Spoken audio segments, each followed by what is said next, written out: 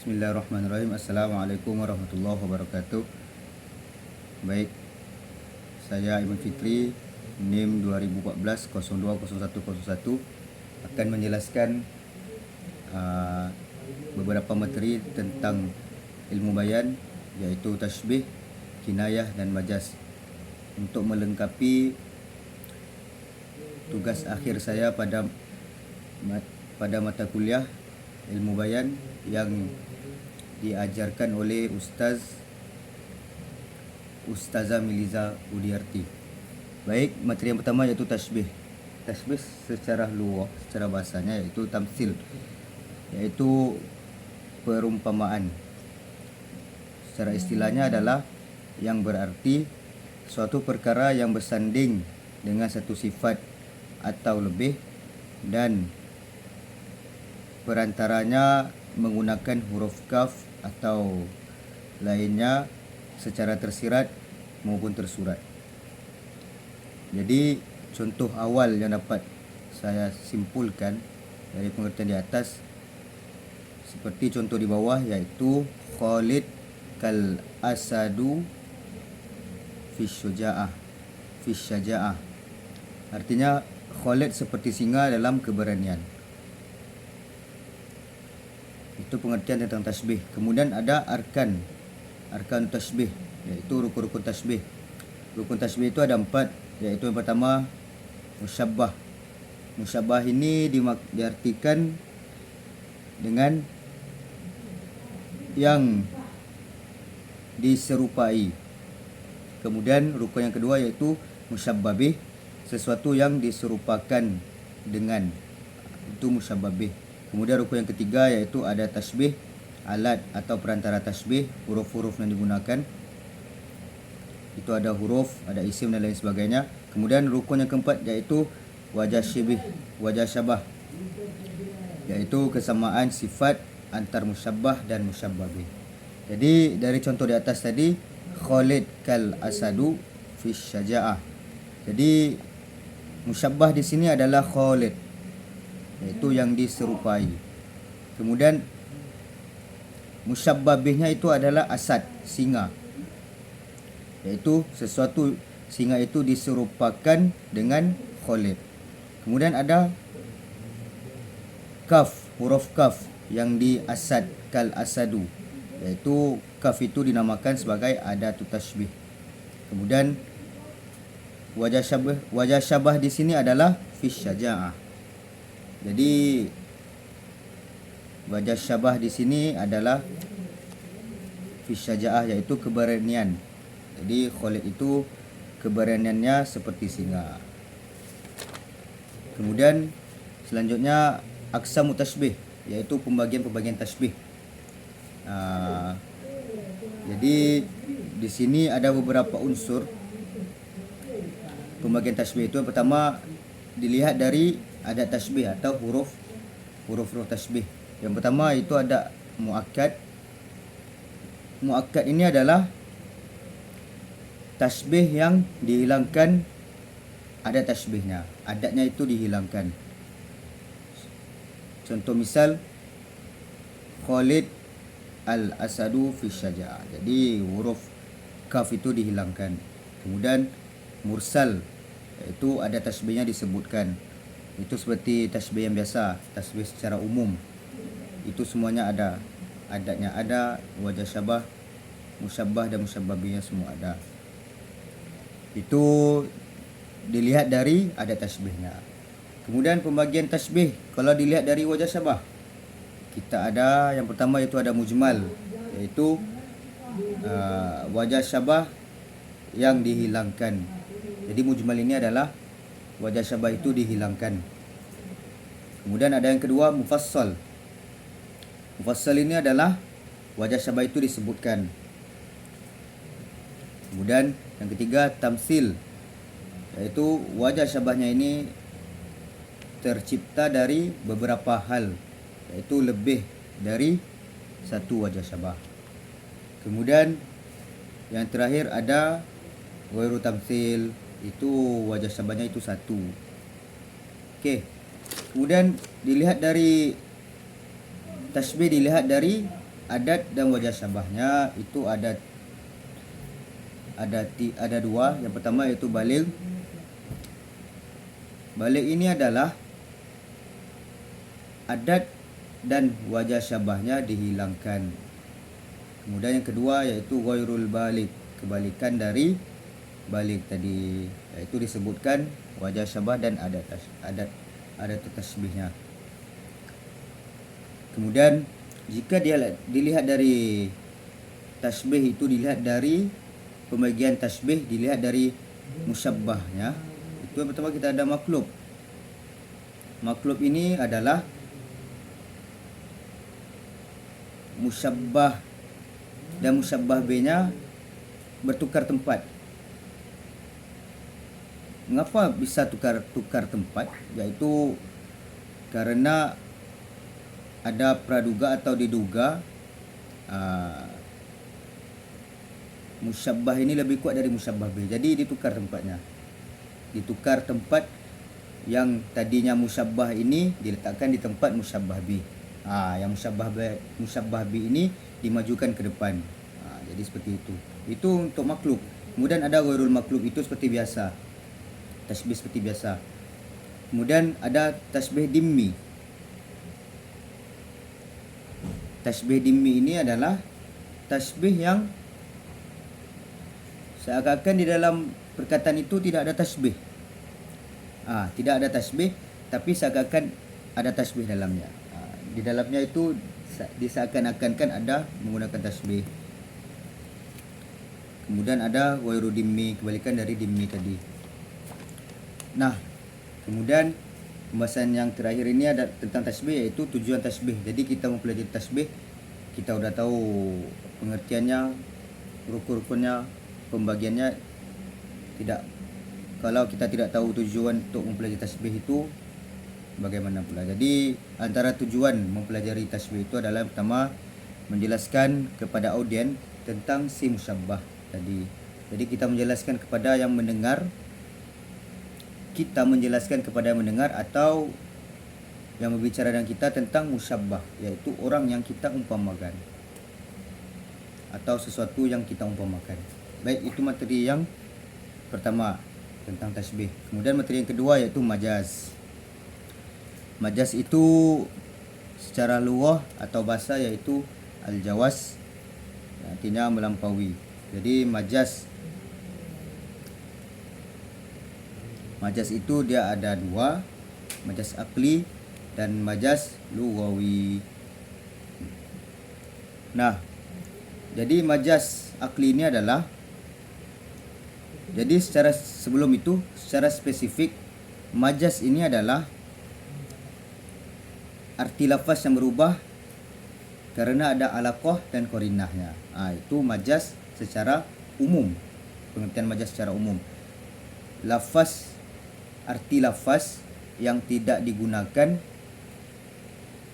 dengan arti yang benar, arti yang betulnya, karena ada alaqah dan qarinahnya. Jadi ada sebabnya.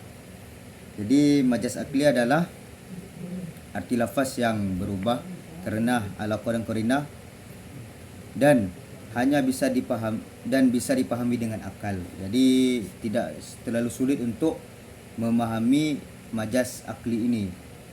Jadi yang pertama itu ada pembagiannya. Majaz akli ini ada beberapa pembagian, yaitu yang pertama as-sababiyah, yaitu majaz yang disandarkan kepada pelaku langsung, yaitu orangnya. Contoh di dalam surah Ghafir ayat 37, itu Fir'aun berkata, ya Haman ibnili sorhan li'alla. Jadi artinya, wahai Haman, bikinkan untuk aku suatu gedung yang bisa membuat aku sampai ke pintu-pintu surga, maksudnya gedung yang tinggi. Jadi majaz yang digunakan di sini, Fir'aun ini Fir'aun yang berkata kepada Haman. Haman ini kalau bahasa sekarangnya bisa disebut sebagai pembesar di suatu daerah. Jadi Fir'aun bilang kepada Haman, buatkan kepadaku suatu gedung, bangunkan kepada aku suatu gedung.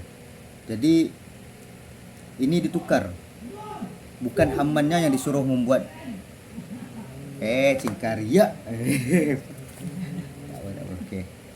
Okey, tak apa. Jadi bukan Haman yang membuat gedung, tetapi tukang membuat gedung. Bukan Hamannya tetapi tukang. Jadi pelakunya ini bukan Haman, pelakunya ini tukang membuat gedung. Jadi dimajaskan kepada Haman. Firaun itu minta tolong kepada Haman dan Haman ini menjadi pengawas untuk penciptaan gedung itu. Itu pembagian pertama untuk majas, iaitu as-sababiyah. Kemudian ada az-zamaniyah, sandaran kepada waktu. Kemudian yang ketiga ada al-maghniyah. Maghniyah, majas maghniyah, sandaran kepada tempat. Contohnya jannatu adnin tajri min tahtil anhar. Jadi ayat ini sering kita dengar.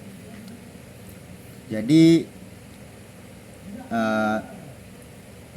ini nikmat yang diberikan Allah kepada orang-orang mukmin, yaitu sungai-sungai yang mengalir airnya di dalamnya.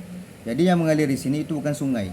Kita tahu di dalam sungai itu ada tanah, ada batu, ada kayu. Jadi bukan tanahnya yang mengalir, bukan sungainya mengalir, tapi air yang di dalam sungai. Jadi tempat itu ditukar, dimajaskan kepada sungai. Itu makna tersirat dari yang contoh ini. Kemudian pembagian yang keempat adalah majas al-masdariyah. Okey, itu majas. Kita sudah masuk majas, jadi pembagian itu majas yang secara akli, iaitu kita bisa memahami majasnya secara akal. Jadi kalau secara akal iaitu mudah, kita mudah untuk mencari lafaz atau makna dari lafaz yang diungkapkan. Itu mudah. Jadi ada yang kedua, majas lughawi. Majas ini tadi terbagi pada dua, akli dan lughawi. Jadi majas lughawi ini adalah majas yang berlaku lafaz yang diciptakan dengan makna yang lain dan membutuhkan nalar yang panjang yang lama. Jadi ini membutuhkan sedikit nalar yang panjang untuk memahami majas ini. Majas ini juga terbagi kepada beberapa. Ini yang pertama isti'arah. Jadi isti'arah itu ada juga pembagiannya tasrihiyah dan maghniyah. Kemudian ada majas mursal, majas yang tidak dibatasi pemaknanya. Jadi maknanya ini luas, banyak maknanya. Jadi butuh nalar yang sangat panjang, butuh nalar yang sangat luas untuk memahami majas ini. Majas mursal. Jadi itu ada yang pertama as-sababiyah, akibat. Kemudian ada al-musabbabiyah. Kemudian yang ketiga ada juz'iyah, yang disebut di dalam Al-Quran sebagian. Juz'iyah ini artinya yang disebut itu, yang dilafazkan itu sebagian, namun yang dimaknakan, yang diartikan itu semuanya. Contohnya fatahriru raqabatin mu'minah. Itu di dalam Al-Quran. Itu artinya maka lepaskanlah leher hamba saya. Jadi yang di sini maksudnya itu bukan lehernya dilepaskan. Maksudnya satu badan hamba saya itu dilepaskan, dimerdekakan. Jadi bukan leher saja, bukan satu bagian, tapi semuanya, semua bagian dilepaskan. Kemudian ada kulliyah. Yang keempat ada kulliyah, yang disebutkan semuanya, tetapi yang dimaksudkan adalah sebagian. Contohnya ja'alu asabi'ahum fi adhanihim. Ini dalam Al-Quran juga. Ini disebutkan asabi'ahum. Asabi'ahum itu jari-jarinya, semua jari-jarinya, banyak jamak. Tetapi yang dimaksudkan di sini adalah ujung jari, sebagian jarinya. Tidak ada orang menutup telinga itu semua jarinya dimasukkan ke telinga. Jadi hanya ujung jari yang dimasukkan kepada telinga. Jadi sebagian. Yang keempat ada mahalliyah. Yang kelima ada mahalliyah, iaitu yang disebutkan tempat, yang dimaksudkan adalah hal. Yang keenam adalah haliyah. Yang disebutkan adalah hal, yang dimaksudkan adalah tempat. Kemudian yang ketujuh ada iktibar makana. Dan terakhir ada iktibar ma yakunu. Jadi itu majaz. Kemudian kita masuk kepada materi ketiga, yaitu al-kinayah. Kinayah yaitu menyembunyikan makna asal dan menzahirkan makna yang tersirat. Contohnya ada Zainab naumud duha. Jadi makna asal ini adalah Zainab itu tidur di waktu duha. Jadi si Zainab ini tidak mungkin hanya tidur di waktu duha. Jadi ada makna tersiratnya. Jadi penyair ini tidak memberikan makna asalnya, lalu dia menzahirkan atau mengeluarkan makna tersiratnya. Jadi apa makna tersirat dari Zainab naumud duha? Jadi dari perkataan Zainab naumud duha ini adalah Zainab itu sering tidur. Jadi tersirat di situ adalah Zainab ini sering tidur. Jadi kelakuannya suka tidur. Kemudian ada beberapa unsur-unsur dari kinayah, pembagian kinayah, yaitu kinayah sifat. Yang pertama itu sifat, yaitu dia menggunakan kinayah yaitu sifat pada seseorang. Contohnya Muhammad kathirur rumad. Muhammad itu banyak abunya. Jadi kalau makna asalnya itu Muhammad itu banyak abunya, jadi abunya banyak abunya. Jadi kalau diartikan secara sebab dengan menggunakan makna asal, jadi tidak tahu. Jadi apa makna tersirat dari kata ini adalah banyak abunya itu karena si Muhammad ini sering masak. Jadi kalau orang masak dulu pakai tungku, pakai arang, jadi banyak abunya, hitam si Muhammad ini. Jadi karena banyak abunya dia sering masak. Ada lagi kata tersirat dari sering masak itu adalah Muhammad ini ringan tangan, banyak amalnya, yaitu suka memberi makan kepada orang-orang di sekitarnya. Jadi itu tentang sifat seseorang. Kemudian ada kinayah ini ditujukan kepada orang atau benda. Contoh misalnya orang, qad jaa ilaika an-nadhir, telah datang kepadamu suatu peringatan. Jadi kalau makna asalnya itu, kalau hanya ini makna asalnya, lebih bagus tidak usah dijadikan sebagai kinayah, karena orang sudah paham. Jadi ada makna tersiratnya. Jadi makna tersiratnya di sini yaitu di an-nazir tadi, kalimat an-nazir, peringatan. Yaitu peringatan apa yang datang kepada orang itu? Yaitu peringatan kematian. Yaitu ada yang ketiga, ada kinayah yang dinisbahkan. Jadi dinisbahkan kepada benda, sifat dan benda. Contohnya ma'ajmala saubul Fatimah. Jadi di sini bukan penyair, bukan orang yang bilang itu ingin bilang bajunya Fatimah itu cantik, tetapi dia mau mengungkapkan kepujian kepada Fatimah, cantiknya beliau memakai baju itu. Jadi itu kinayah. Jadi perbedaan kinayah dan majaz ini tentu tidak banyak ya, tapi ada beberapa perbedaannya.